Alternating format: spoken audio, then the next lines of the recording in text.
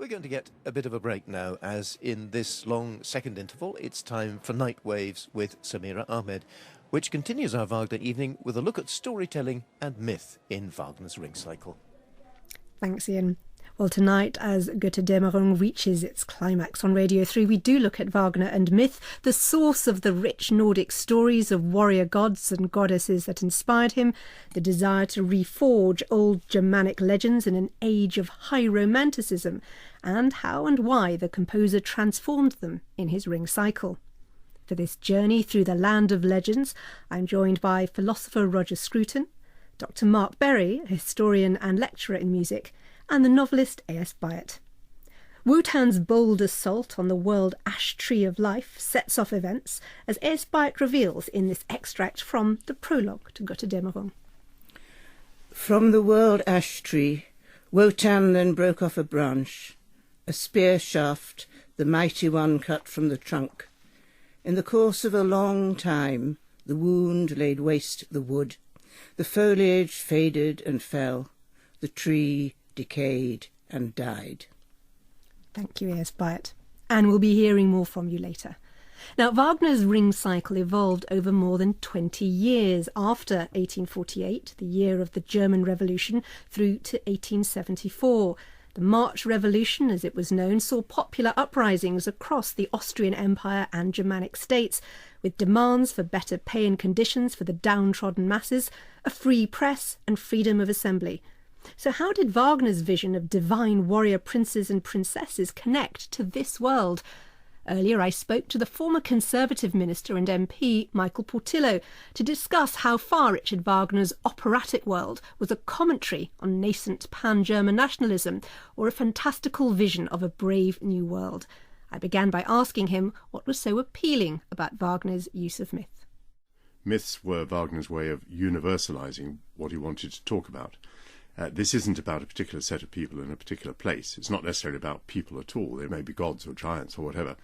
It's about some concepts like love and hate and power and forgiveness and redemption. And the very fact that these are not put in a particular moment of history helps us to understand why they're universal. I suppose if it were about a historic event, we might be dismissive of it. We might say, well, that's how things were then.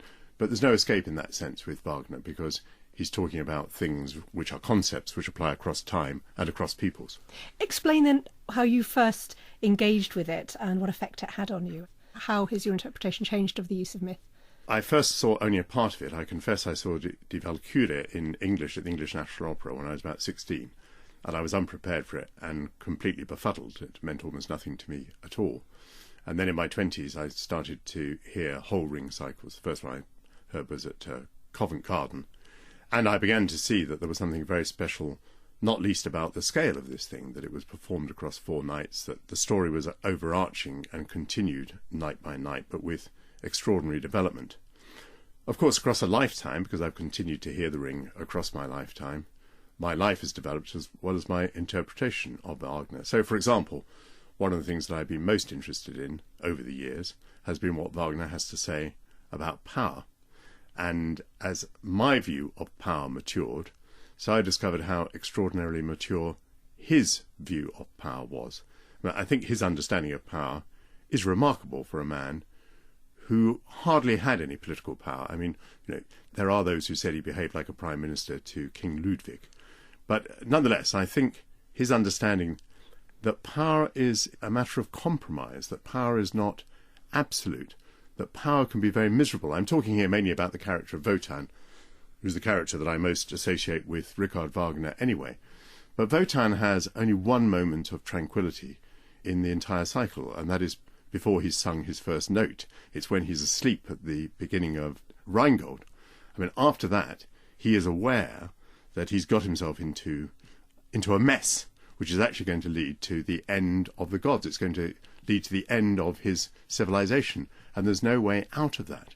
And I think this understanding that power isn't absolute, that you have to make compromises, that you're led into dirty deeds, and that your dirty deeds then have consequences which may further diminish your power, is extraordinarily mature and an extraordinarily big vision of what power really is. And did it seemed to have relevance to you in those days when you were being considered as potential prime ministerial material? Yes, absolutely, because when people ask me, what was it like to be in power, I normally say I wasn't in power, I was in office, because there were so many things I had to do with others to get anything done. I had to persuade cabinet colleagues, then I had to persuade backbenchers who were normally opposed to anything I wanted to do. Then I had to persuade the press, then I had to persuade the public, I had to get it through Parliament. I mean, it's just like, carrying that spear around with all the contracts that are carved into the spear. There was no kind of free action at all. That lament that Wotan has in the second act of Die Walküre, when he explains to Brunhilde just how unfree he is, supposedly the freest of people, the king of the gods, finds himself absolutely circumscribed, unable to turn in any direction. Well, I thought this was marvellous when I was in power. The other revelation is that power in the ring cycle is not the opposite of weakness, as you might think. It's the opposite of love. If I may ask about your own family history, you have this background with your family and the Spanish Civil War, and Wotan was a revolutionary leader. One wonders how far that appealed to you because of your family background with your father being a revolutionary leader in the Spanish Civil War. I'm not sure that Wotan as a revolutionary leader appeals to me because of anything autobiographical in my story. I think it's just a very interesting concept because, normally you think of, leaders being them and, the proletariat, as it were, being us. And indeed, you kind of think that Wagner would think like that because he participated in the 1849 revolution. And Rheingold, looks pretty crudely Marxist, at least at one level. At the end, the gods literally step over the bodies of the workers in order to inhabit the castle that the workers have built for them. So I'm just very intrigued that Wagner had this idea of somebody who is a leader who doesn't get to it by revolution, by the way. I mean, as far as we know, the king of the gods was there from the beginning, but who from the beginning is revolting against, in a way, what he represents. He goes and destroys the world ash tree. He begins to break the contracts. But most shockingly of all, in Act 2 of Die Walküre, he supports incest between Siegmund and Sieglinde. He supports Sieglinde's idea that she's going to murder her husband. And this strikes me as very odd because normally leaders depend on solid institutions. I mean, for example, like marriage. And it's most unusual to see a leader subverting the institutions that you might regard to be, the very basis of his power. And then it goes a stage further because by Act 3 of Siegfried, he sees that his order is coming to an end. And if we're to believe him, Wotan celebrates the fact that it's coming to an end. Of course, that doesn't quite happen. But nonetheless, most interesting idea of a man who's in power, who never loses his youthful revolutionary instincts, who still wants to bring things down, and who even in the end celebrates the demise of his own order. How far do you think myth gives us a better way into understanding and engaging with these ideas about revolution and political power? It seems to me that the timelessness of it makes it relevant or makes it difficult for us to dismiss it in the way that we might want to if it were a historic work. I mean, for example, I don't draw many lessons from, Richard III or Henry IV or Henry VI, but I do from the ring cycle. So I think something must be working there. I think something about this timelessness, this universality must be working. But really, it's the fact that you feel you've never done with this work that sustains it, that always you're seeing interpretations, maybe they're presented to you by a director in a new way, but maybe it's just that you've never woken up to a particular phrase. You suddenly see it there in the surtitles because my German's not good enough. And you think, my goodness, I never knew that was the case. I never understood, I saw this the other day, I never understood that Wotan was afraid that Ulberich was going to use the ring in order to get all the heroes of Valhalla to turn against Wotan. Oh, that's how it's going to work. Well, I'd seen it probably 20 times before I realised that. Michael Portillo on how the personal and the political intertwine in his experience of Wagner's ring cycle.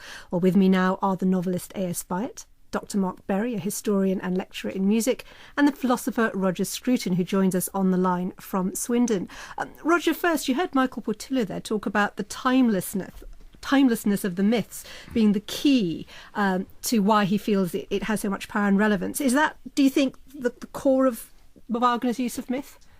I certainly think it's extremely important that myths for Wagner were forms of knowledge of the human condition and the human soul, which had been, as it were, projected across all individual experience to take their part in eternity. And I think Michael Portillo is absolutely right that this gives a timeless character to the narrative. But at the same time, of course, the genius of Wagner is that he fills these myths with striking individuals who are totally convincing as characters too. They're not just schemata. They are real creatures. To call them people is perhaps not entirely right, but they are animated by genuine passions, and these are enacted through the myth, and thereby we come to identify with the myth and see that it contains a truth about us too. Antonia, is that your experience? Yes, Wagner was very interested in the philosopher Feuerbach, who was beautifully translated by George Eliot. And Feuerbach argued that human beings had invented gods in order to understand themselves. He said, homo homini deus est. Man is the god of man.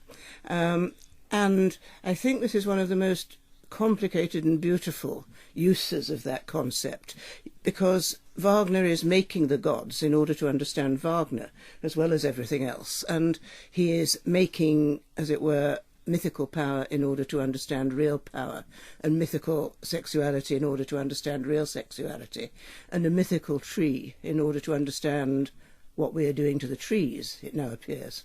Just before I bring you in, Mark, Roger, just as the philosopher in the discussion, or taking on that role anyway, can you spell out a bit more about, how philosophically Wagner is using myth? And Antonio, they're referring to Feuerbach, and how does it help us as modern viewers and listeners to understand that side of his use of myth?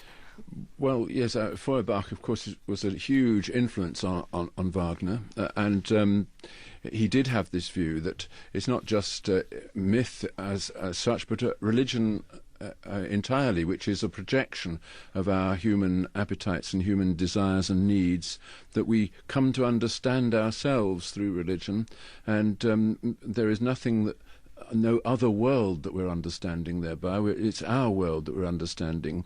But this he dramatizes beautifully in The Ring by making clear that the gods in that wonderful story are, as it were, hungry for redemption through humanity. It's by, as it were, recognizing the fact that their real meaning lies in human life, that the gods themselves achieve what they can achieve, which is the form of redemption that is achieved at the end of Götterdämmerung. Mark, we're very conscious that we know when the Ring Cycle was being written, and certainly Michael Portillo suggested there was a hint of Marxist revolution in some of it. How far is it relevant to bring it in, or is it better to stick with the philosophy behind Wagner's use of myth? I think really one can't distinguish between the two. I mean, Wagner's philosophy is political through and through, and the other way round, and partly on account of the great influence philosophers such as Feuerbach and other of the so-called young Hegelians have upon him. And Feuerbach himself tends not to be very interested in politics himself, but those who come after him, amongst whom one would include Marx, the Russian anarchist Bakunin, the early Zionist Moses Hess, Friedrich Engels, as well as Wagner himself, I mean, what one might call, if it weren't rather an aesthetic affront, the post-young Hegelians. They're all very interested, in a sense, in extending this insight that Feuerbach has about religion, about the projection of human qualities to something outside humanity, to God, and thereby impoverishing man to other aspects of human life as well, be that the world of economics, the world of politics. So just as believing in God, in a sense, diminishes humanity, would be the claim, one can say the same about being enslaved by capital, as in the case of Alberich in The Ring, or a powerful state in the case of Wotan. And that conflict between Wotan and Alberich, in a sense, is very much the conflict that Marx sees between capital and the sort of decaying aristocracy of his time as well. So I think they're very much doing the same sort of thing. The frustrating thing is that we really just don't know whether Wagner read any Marx or not. I mean, he certainly seems to have so much in common with him, and they read all of the same people. They even know many of the same people, be it Bakunin, Heinrich Heine, the poet in Paris, and so on, but there's no absolute proof of in fact, Wagner never mentions him once. What do you think about this theory, Antonio, about Marxism and the revolution inherent in this myth? I'm interested to be told that Wagner didn't know Marx. I think Wagner was a revolutionary, and then he became something quite different. He wrote the Ring Cycle over a very, very long time, and I think in Rheingold you've got the revolutionary, and it's very clear because you've also got Alberich, who is a kind of capitalist tyrant. It gets more complicated later on, and I think becomes more religious. And it took him so long to write it. I think if you sat down to write a Marxist interpretation of the Ring Cycle, it would be a rather narrow object. Yes, I mean, in a sense, that's what George Bernard Shaw does, and it's fascinating, but it's incomplete. And Roger, you were going to say? Yeah, I was going to say exactly what Mark just said, that's what George Bernard Shaw actually thought he had done, but he ended up, of course, dismissing Götterdämmerung as grand opera because it didn't belong properly to his Marxist interpretation. I think what Antonio said is absolutely right, that Wagner matured in the course of writing this work and matured himself in a religious direction, having begun from this Feuerbachian position that religion is simply nothing but the projection of human desires. He came towards the end of his life to recognise that religion actually is a way of understanding human desires, not just projecting them, and also amending them in the direction of love. And I think that is the story that unfolds at the end of Götterdämmerung. Let's focus in a little on the use of Norse myth. In its time, it would have been their belief system. By the time Wagner's using it, it's legend and story. Is there something unique, Mark, first, about the Norse myths and their particular power, do you think, both then and even now? I think there's something particular about those myths for Wagner. I mean, he puts himself in rather a bind, as often he does. On the one hand, he insists that there is something particular to the Germanic people about these myths, that it's in their blood, in their culture, at least, and therefore there's an immediacy that there would not necessarily be to somebody understanding these myths elsewhere.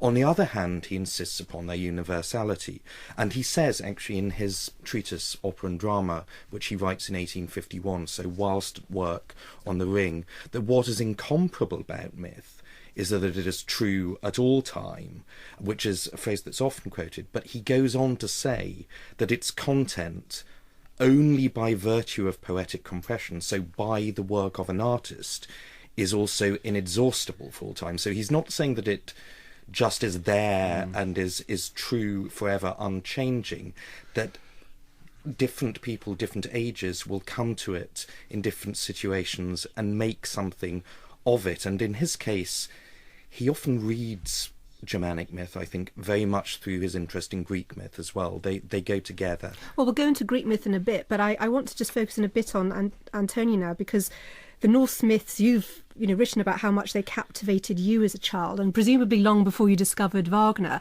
Your novel Ragnarok is influenced both by the legends and by Wagner's version of them. Can you read us a little extract now? It's a book about a thin child in wartime, a sort of 6-year-old who gets a grown-up book about Asgard and the gods, and the story is told through her eyes. The thin child shivered with fear and excitement at the thought of Odin, a god both sinister and dangerous. He was a damaged god, a one-eyed god, who had paid with the other eye for the magical knowledge he had drunk from the fountain of Urd, in which the severed head of the Jotun, Mimir, told histories, stories, spells of power, runes of wisdom.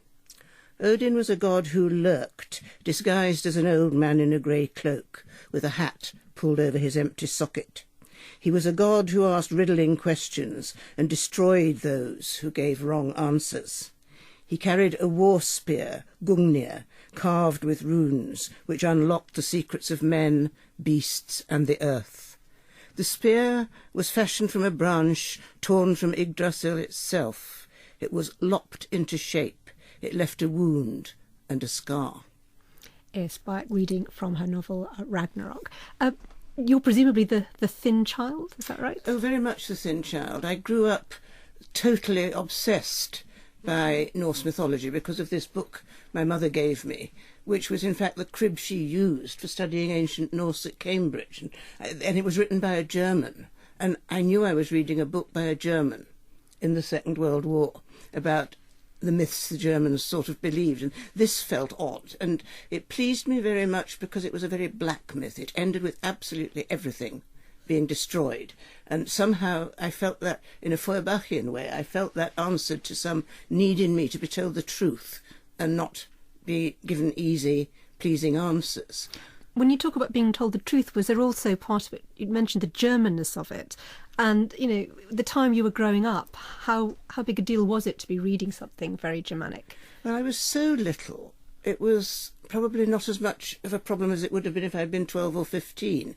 But every night I went to bed and I thought there were Germans under my bed and they were sawing the legs off. And when they got the bottom of the bed on the ground, they would carry me off into the forest. And I did dream that Germans were in a hole in the forest, and they had got my parents tied up, and I couldn't get them out. So, yes, I was afraid of Germans. At the same time, this German person, whose name was Dr. Wagner, not Wagner, wrote absolutely wonderful, enticing versions of the Norse stories. And, I mean, for you, presumably, it was an important way into discovering, you know, a very positive world of German philosophy and myth. Was there something about when you were older too that perhaps you wouldn't have got an introduction to that world at university? I like languages. I did actually learn German. But what I was amazed by was the way Wagner actually changed these myths. The way he shifted and reconstructed the stories to make them artistically stronger. The bit I just read about Odin's spear was not in the book the thin child read, because it was invented by Wagner. Wagner invented the fact that Odin tore the branch off the tree, and he invented the fact that Odin covered it with treaties and runes. This is the extract you read at the beginning of the programme. Yes, this was the extract I read at the beginning. And he invented that fact in order to show that Wotan was, as it were, a god of power, a god of administration, a god of order. But he had destroyed the tree.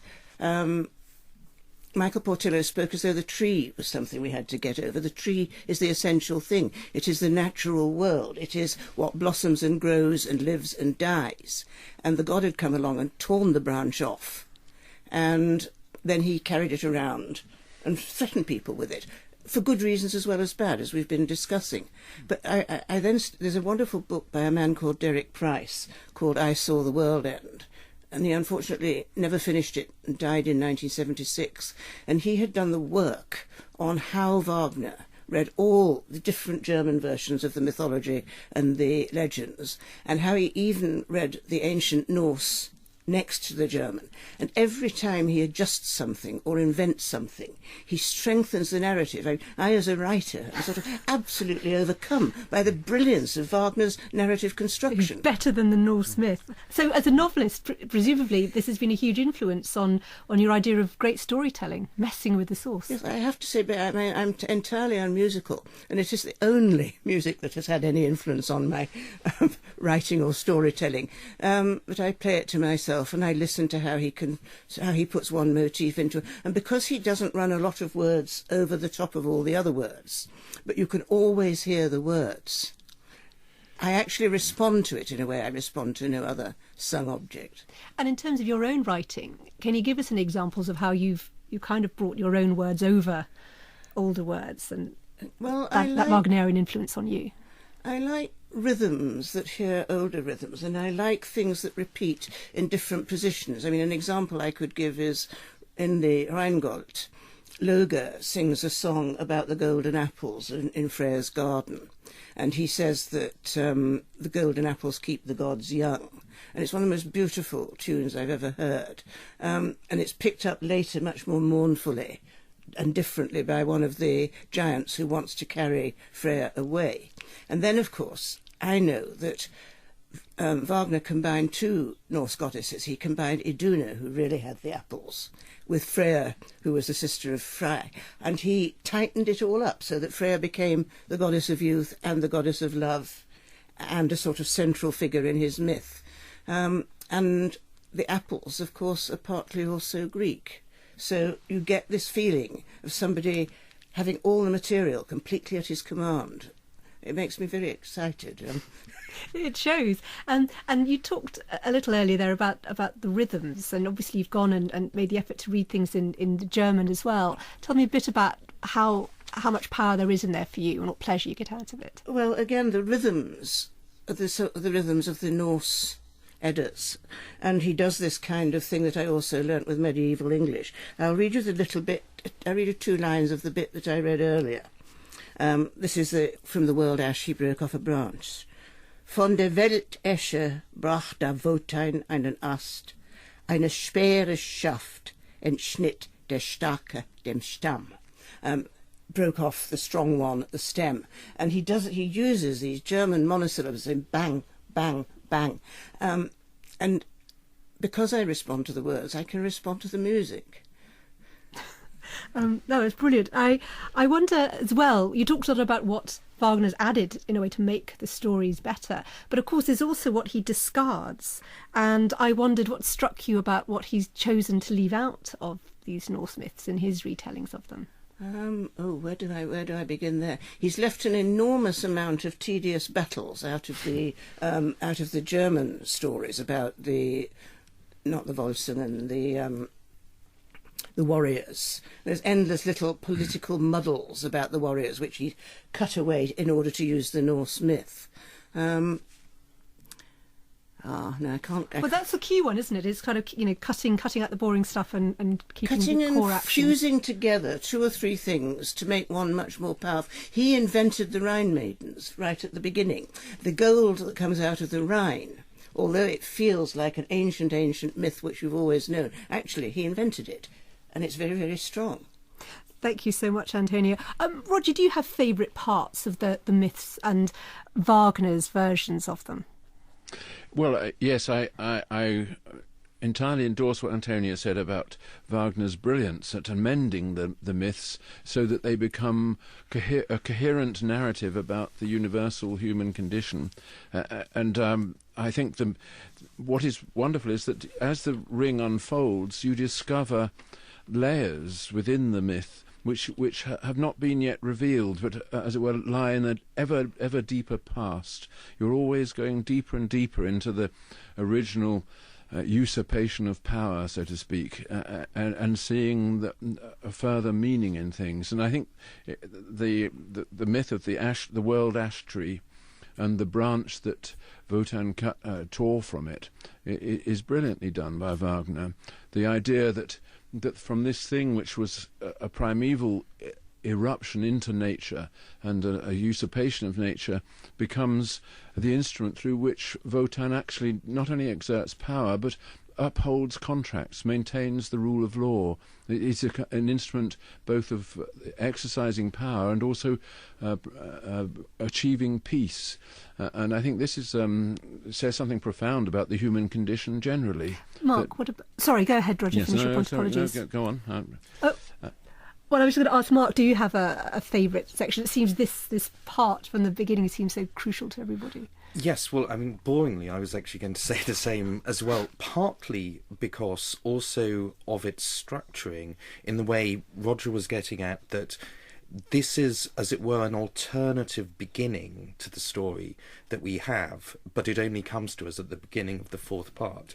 I mean, it's a bit like the book of Genesis, in a way, in that one has 2 alternative creation myths there, and here one does, again, they may or may not be compatible. It's not entirely clear, but I mean, another aspect, if I remember correctly, of the use of those old myths and what Wagner does uniquely there is actually bring together two different wells, that of fate and that of wisdom, and the idea that Wotan drinks at this well to gain wisdom is I think a very interesting one, partly because it then tallies with our ideas of the fall, that whole sort of creation myth and the dangers of knowledge. Did you see that, Antonio, the sort of bringing in of different religious as well as mythical traditions? Yes, and the drinking of the well is incredibly important. The three fates, the three Norns, sit round the well,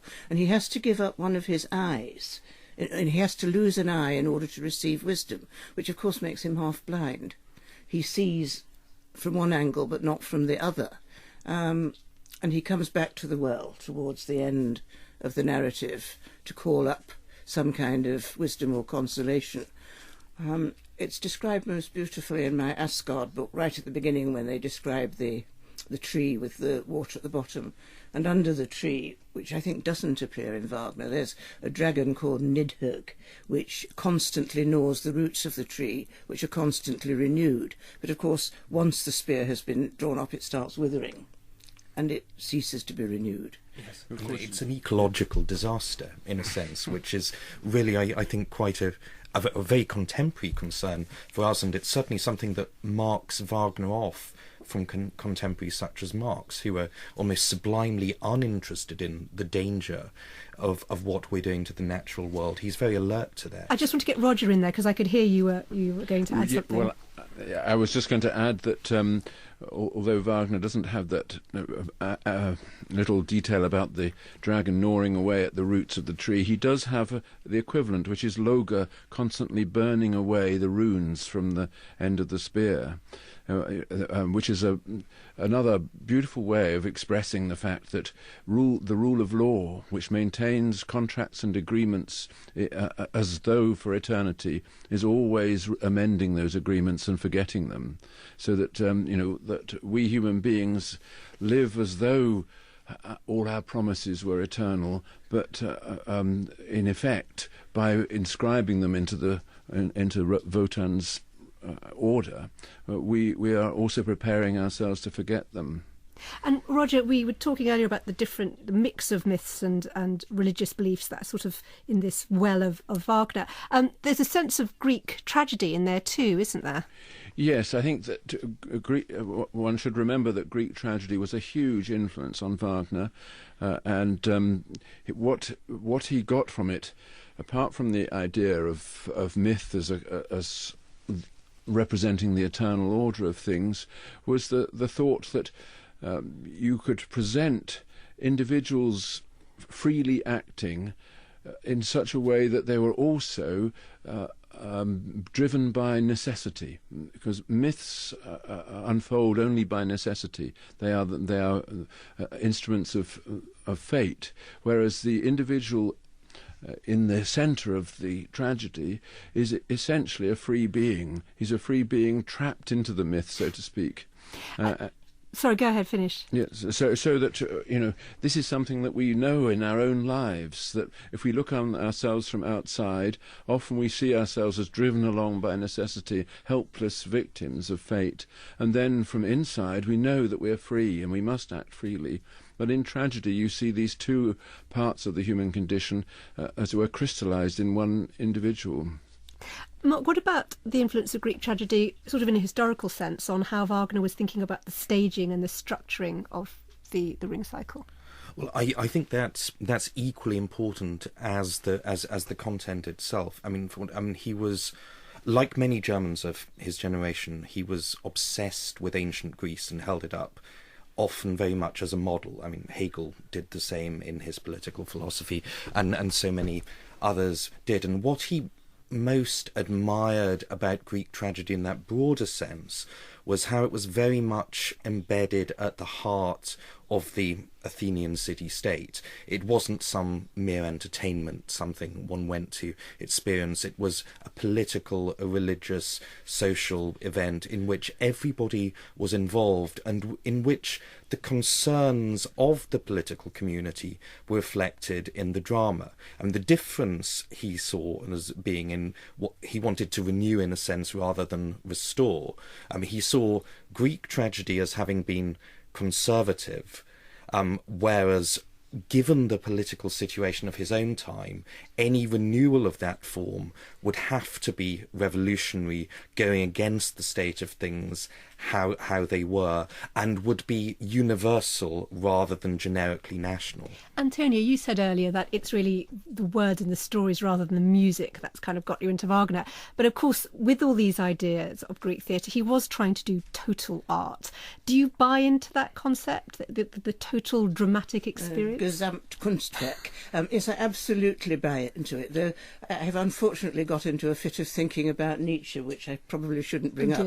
But Nietzsche wrote a thing called The Birth of Tragedy from the Spirit of Music, partly because he was interested in Wagner, and he saw Greek tragedy as having two aspects: the Apollonian, which was absolutely clear and ordered and structured, and you could learn from it because it thought, and he said it was an illusion. Then there was the Dionysiac, which was represented by primitive creatures tearing each other apart in a kind of frenzy round a fire. And I think you can feel the pull between those two things, which are Greek, the Apollonian and the Dionysiac, in the whole of the ring cycle. Roger, do you think that a modern audience can really understand Wagner in this total, all-encompassing way that the ring cycle was intended? Well, I think so, because after all, the music speaks to us very, very deeply, and I think it has lost none of its appeal. On the contrary, as people have come to understand Wagner's place in the history of music, its language has become totally familiar to us. And we know that this music actually conveys the drama, even if the words might be obscure to us at times. Nothing in the music is obscure at all, and uniquely, Wagner actually uses music to connect parts of a drama that are deeply connected in the psyche, even if the words themselves don't make that clear. You speak as a man who's been listening this evening to the concert. Yes, I have, yes. But, for people, Michael Portillo, interestingly enough, talked about, he first got exposed to the music at 16 and he's seen it 20 times. And one wonders if there isn't a big division between people who have that level of exposure and therefore are enthusiastic and a general fear of Wagner among the kind of people at large. And it is much maligned in popular culture, the kind of visuals of horned helmets and so on. Do you think, Roger, to some extent, even more than religion, we don't really get myth on this scale anymore? Well, Wagner has been unfortunate in that because of his own life and his later beliefs, and because of the disaster of modern German history, people read back into him things for which he can't really be held responsible. The crazy German nationalism of Hitler and his followers. But even the visuals, without that, is it not off-putting in some ways, or regarded as ridiculous? It's not actually. If you think about it, look at how popular The Lord of the Rings is, and the film version of it, which is full of a kind of degenerate version of the Wagnerian approach to things. Excellent and yet, phrase. Yes, but Wagner was the real artist, and Tolkien a kind of second-rate popularizer, and yet Tolkien is perfectly happily accepted by the mass of mankind today. Yes, and the idea of imagining a world, Antonia, one which the fans really kind of are willing to take on its own terms and enter. I don't know that anyone could now enter Wagner in exactly that way. I think you could enter the music, but I haven't seen a production that didn't have a kind of satirical, pointed structure. Is that the problem? Is that a big problem? When I started looking at Wagner, I was very annoyed by this. I wanted the Wagnerian myth to look like a Wagnerian myth, and to wear the clothes of the Wagnerian myth, and have a set that looked like a Wagnerian myth. But the more peculiar productions I see, like the Pina del Bausch one that keeps coming up on the television, the more I see it is capable of being done almost any way. Roger, and still living. Roger, you were trying to respond as well there. Well, I think that there has arisen a habit of satirising on the stage what is going on in the music, and that it would be much better to play it directly, because the meaning is so rich And like all things, myths only have their multiple meanings because they also have a direct natural expression on the face of them. And I think people have, producers now try to take revenge against, or take their revenge on Wagner for making them feel things seriously. And it's something they don't really want to do. Mark? Well, I think I'm probably rather happier with certain trends in contemporary production than Roger is in that sort of, partly because, in a sense, my formative experience of coming to the Ring, at least in terms of staging, having, as it were, produced it in my head, listening to recordings as a teenager, was seeing the celebrated centenary Ring from Bayreuth, produced by Patrice Chéreau, which very much thrust it back into the 19th century, into a sort of political world. What it doesn't do, and where I think there is sometimes more of a problem, is it doesn't really ironise the work. I mean, I'm not sure Wagner reacts well to being ironised any more than Bach's and Matthew Passion would. Isn't it right that Chéreau, although he put it in the 19th century and had lots of industrial attributes, etc., he was actually presenting the drama straight. He wasn't poking fun at it or in any way ridiculing it. And I think this is very important. He was a brilliant producer. I agree. And director of the gestures. And it was perhaps the existence of that on video is one of the great achievements of our time, actually. As we are drawing to the close, I wanted briefly, Mark, to ask you about abandoned endings and how far there is an abandoned ending that reveals anything crucial about the Ring cycle. Well, Wagner had great problems in terms of ending the Ring. I mean, he came up with several versions which we know by a sort of shorthand, actually, according to philosophers, Bakunin, Feuerbach, Schopenhauer. Eventually he just gave up trying to do this through words at all and said that he wanted the music to speak, and the music, in a sense, in tragic terms, was his Greek chorus. Mark, thank you very much. Well, and A.S. Beit, you're going to end our mythical journey with one of Wagner's abandoned endings to the Götterdämmerung. I believe this is the Schopenhauer abandoned ending. If I now fare no more to Valhalla's fortress, do you know whither I go? From the land of desire I depart, the land of illusion I flee for ever. The open gates of eternal becoming I close behind me. To the desire-free, illusion-free, holiest chosen land, the goal of world-wandering, redeemed from rebirth, she who understands now departs. The blessed end of all things eternal. Do you know how I reached it? Deepest suffering of grieving love opened my eyes. I saw the world end. Thank you so much, A.S. Beit. And thank you to all my other guests, Mark Berry, Roger Scruton and Michael Portillo.